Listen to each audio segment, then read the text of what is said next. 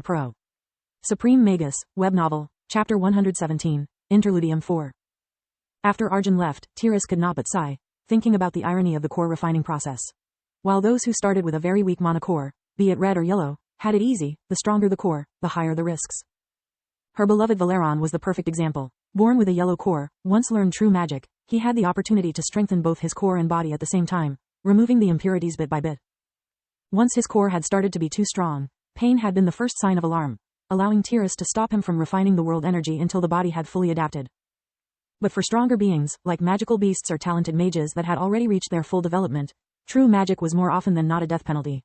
If they purified the impurities too fast, the energy inside their bodies would flood every single cell without control. The lucky ones would die on the spot, while the less fortunate would explode among excruciating pains. And then there were the abominations. Beings with a core so strong, with a will so indomitable that even death could not defeat them. They would plague the land, consuming all forms of life trying to prolong their existence. Unlike mages and magical beasts, abominations were like snowflakes, no two were alike. Their souls and minds would shape their new form, until the moment they were put down like rabid animals. The only way to avoid such destiny was through hard work and patience, but the rewards were beyond imagination. Becoming a conduit for the world energy meant becoming an awakened one, a being with an endless mana supply, whose only magical limit was his own willpower and imagination. By removing the impurities, the body of an awakened one would progressively become faster, stronger and more resilient. His healing so fast to almost resemble regeneration, his sixth senses keen like those of the animals. Last but not least, all awakened ones would have their lifespans enhanced. They would no longer consume their own life force, replacing it with the world energy itself. That was how monsters like scorpicores, griffins, dragons and phoenixes could have an almost eternal life. But that didn't mean immortality. Despite each of them was really hard to kill, it was far from impossible. That was why most of the oldest awakened ones ended up isolating themselves. The stronger you were, the more conceited you became, until the point you felt entitled to force your idea of right and wrong on others, making the whole world your enemy. Thinking about the time she had spent with Arjun, and how fleeting was still his existence, Tiras could not but ponder if her old friend and rival Ligan had actually been right all along. Teaching humans is not impossible, just pointless. He had told her the last time they had met, centuries earlier, back when he had given up on humankind due to their innate foolishness. Thinking of him, after all those years, still managed to make her laugh. Ligan was the only dragon she had ever met that flaunted his origins as a common lizard.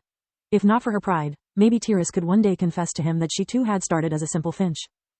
While running along the stairs, Arjun Renas was amazed by how both his stamina and speed had improved.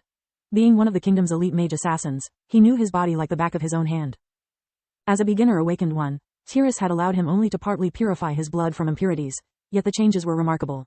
His happiness was short-lived, though. Arjun could not stop worrying about the report he had just received.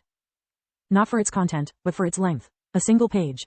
That could only mean that all the crown's resources were stretched so thin that they could barely function properly. And considering that it included both the queen's core and corpse, the idea was beyond unsettling. I have entered seclusion just a few months ago. How could the situation change so much in so little time? As soon as he reached one of the mirrors, he prickled his left index finger with a small knife, using his blood to draw a magic rune on it while injecting his mana. The mirror's surface quivered, while the secret warp gate network was activated, allowing him to instantly reach his destination, the city of Candria. While on paper it was just a medium-sized city, thriving thanks to its position along one of the main trading routes, reality was a bit different.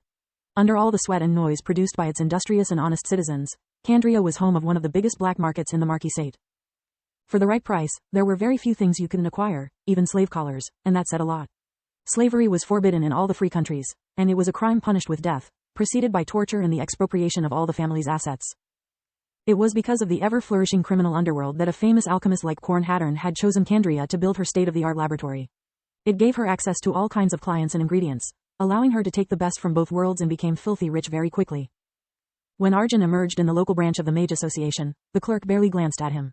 The secret network also had access to all the official waypoints across the kingdom, allowing the agents to avoid being questioned or searched. Customs and controls would take place before departing, so those who arrived were considered to be properly cleared travelers. Before leaving the building, Arjun took a quick stop at the restroom, to prepare his cover. A fancy silk dress was inconspicuous in the royal castle, but it would make him stick out like a sore thumb in any other place. He wore brown cotton leggings, a white shirt and a vest. His new shoes had a soft sole, allowing him to move without making noise. The final touch was applying makeup with water magic, simulating a long scar going from under his left eye to his chin. Even if someone would stop looking at him, the scar would be the only thing they would see. Their gazes would be drawn by it, ignoring his eyes and his nose. Whenever they would try to recall his appearance, the only thing they would remember was a man with a 3-days-old scruff and a scar on the cheek. According to his seniors, it was the best mask one could ever wear. Once outside the building, Arjun remembered why he hated Kandria. When the city had been founded, no one had expected that one day it would be so busy, hence the roads weren't very large. Between the merchants' stalls, the carriages stopping to load and unload their goods and all the pedestrians going to and fro their homes, walking had become a form of art for the residents and a labor for everyone else. The bustling activity forced people to bump into each other, making those cramped streets a paradise for thieves. When Arjun finally reached his destination, he had been robbed 4 times of the leather pouch he carried at his neck, holding a few copper and silver coins to hide the fact that he had a dimensional ring. Each time, he had been forced to replace it with whatever he could find in the pockets of those who were robbing him, whom he robbed back with a sleight of hand. In the process, Arjun actually earned 3 silver coins, which he donated to a nameless homeless on the road. He circled around Hatorn's shop, pretending to check the nearby stalls while looking for a way in.